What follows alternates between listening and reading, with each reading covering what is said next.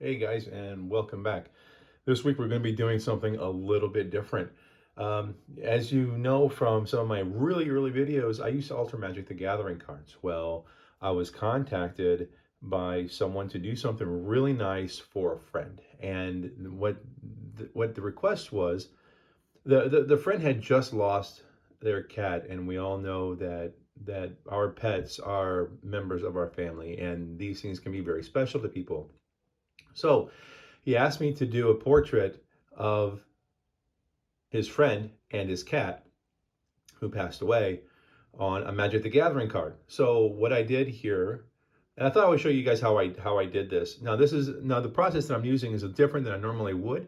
I would normally use airbrushes and acrylic paint. That's the optimal material to use when painting a Magic or altering a Magic the Gathering card.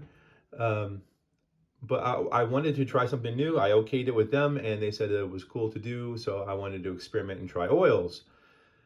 So those of you who don't know how to alter a Magic the Gathering card, this will be probably a good something to see. One of the things you want to keep in mind is you want a very smooth surface.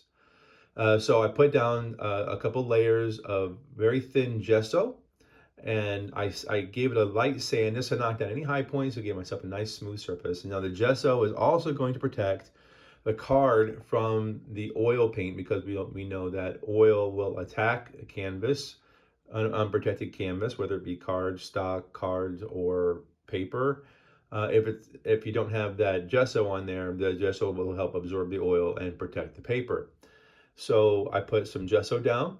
Obviously, you see I taped off the area that I wanted to protect on the card. So when I'm done, I just peel this off, and the rest of the card is undisturbed. And I went ahead and I did a light sketch uh, in some burnt sienna to kind of just lay out the painting for me. You can see this is my hand. You can see how small this canvas is that I'm going to be working on. So I'm zoomed in pretty close, and I will put some of the reference images that I'm using over off to the side, and we'll see uh, how that works. So I'm starting off just like I would any other canvas or any other painting. I'm going to start with my darks first, and then move to the lights, because if you put dark paint on top of light, you'll never get that dark that you want. So you start with darks. Obviously, it's different in other medium, like watercolor, for example. You really want to start with your lights first, or preserve the lights. So when I'm doing this, because it's so small, I may not talk so much. So I may just buzz through some of this. If you have any questions, or you need me to elaborate on anything, please drop a comment in the down below, and I will get back to you and I will answer that. So please feel free to subscribe to this channel if you like this video, if you learned anything from it. Share it with those who can benefit from these fundamentals. I am Kendall Stump, and welcome to the Stump Project.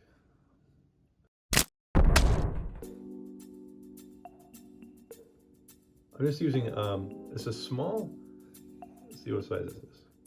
It's like a 1/8 inch brush here. It's a very small, and you could probably even use, you know what, I'm going to use a I almost don't want to, but I kind of want to use a rigger brush. A rigger brush is just a really long skinny brush, but or long skinny bristles. But I'm working so small, and if you've been with me any amount of time, you know that I like to mix my own blacks. I find that it gets a richer color. I say color. It's black after all. It gets a rich. It gets a richer value to it than if you just use the black out of the tube. Now, when you're altering magic cards, you want to keep the paint as thin as you can, so that it goes on as thin as it can. You want the paint and everything to be as thin as you can, because you need the card to be very thin, be very smooth and thin, or because the paint will build up, and it can make the card thicker. And if this were to be used in any kind of a tournament play, it could be called out for being a marked card, and you would have to use a different card in its place. So if you keep it nice and thin, the paint nice and thin, you generally don't have to worry about that. It'll also give you a nice finish on it as well.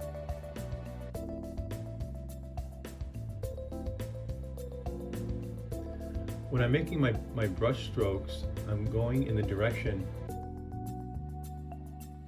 of the fur. So if the fur's curving out this way, I'm going to put my brush strokes in that way.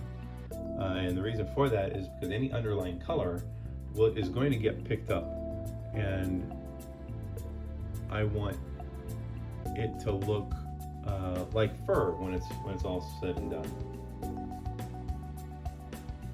I'm painting way off of my canvas, so I don't know if you can tell. The tape line comes clear down here, but painting off of that, it really helps you to preserve the look of the subject. Otherwise, if you just plan on stopping like right there, you could miss. You may not follow through on your line or your stroke, and it just could look a little dead.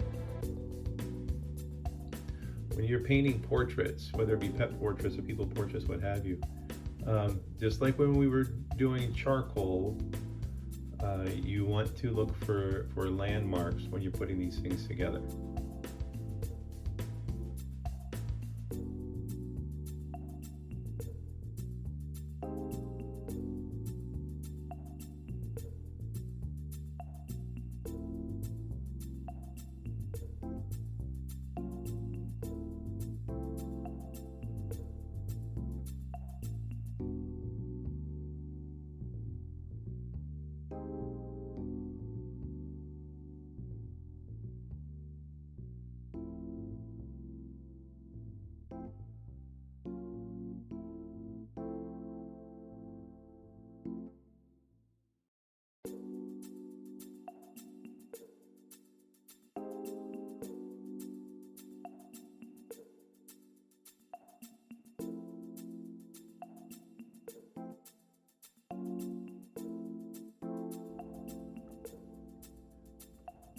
Now I just added some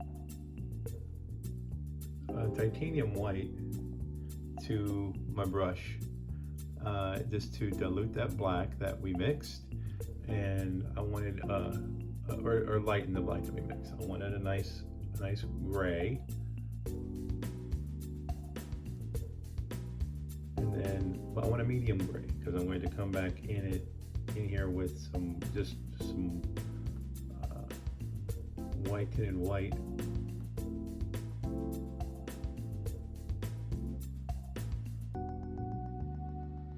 And I want the white to be able to stand out on top of this. So again, it goes back to what we've talked about before. You paint what you see, not what you think you know. When you look at the fur of this cat, this obviously has shadows, and this part that I'm painting right now is darker. You know that's white. You know that's white fur, but it's darker than the rest of it. So you always want to make sure that you keep that in mind as you're doing this. That these different colors have value. And you've heard me talk about that over and over and over again, but it's just so important.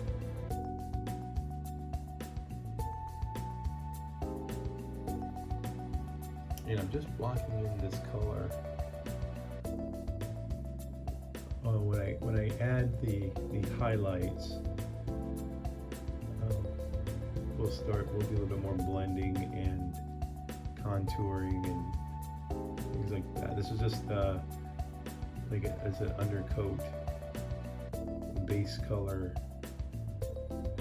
I'm using some of the color that's already on the canvas, just to do a little bit of blending. You know, doing things this small it's very, very challenging. In some cases, I used to use a magnifying mirror or magnifying glass with the light on it. It made it real nice. You get nice even lighting. Something to keep in mind if this is something that you are wanting to get into. And I like to. You can see how, even though this is gray, because I used that the rich sienna, it's picking up that color, and it's just adding a bit of life to this painting. I am using some liquid. Liquid is an additive that you can add to your paint. It allows it to dry faster. If you don't, then this kind of thing is going to take a long time to dry. It also helps thin out your paint too, so you can keep it nice and soft and nice and thin weight-wise, so that your card does not get too thick.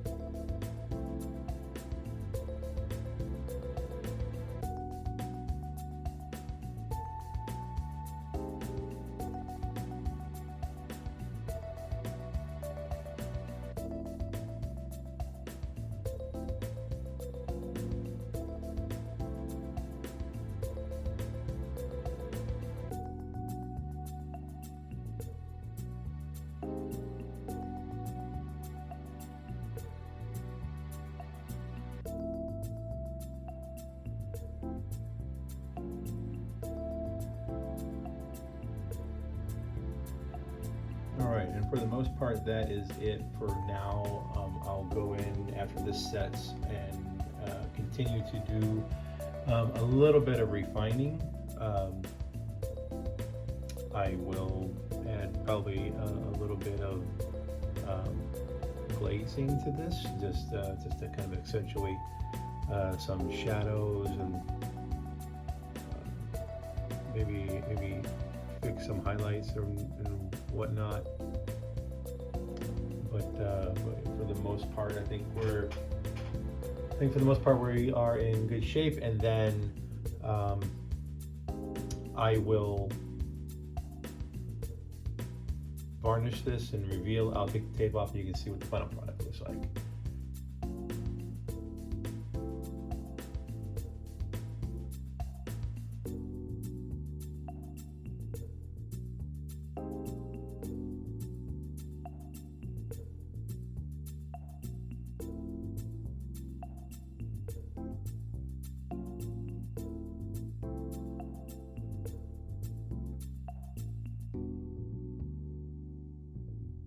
So again, thanks for watching, and I will see you next time.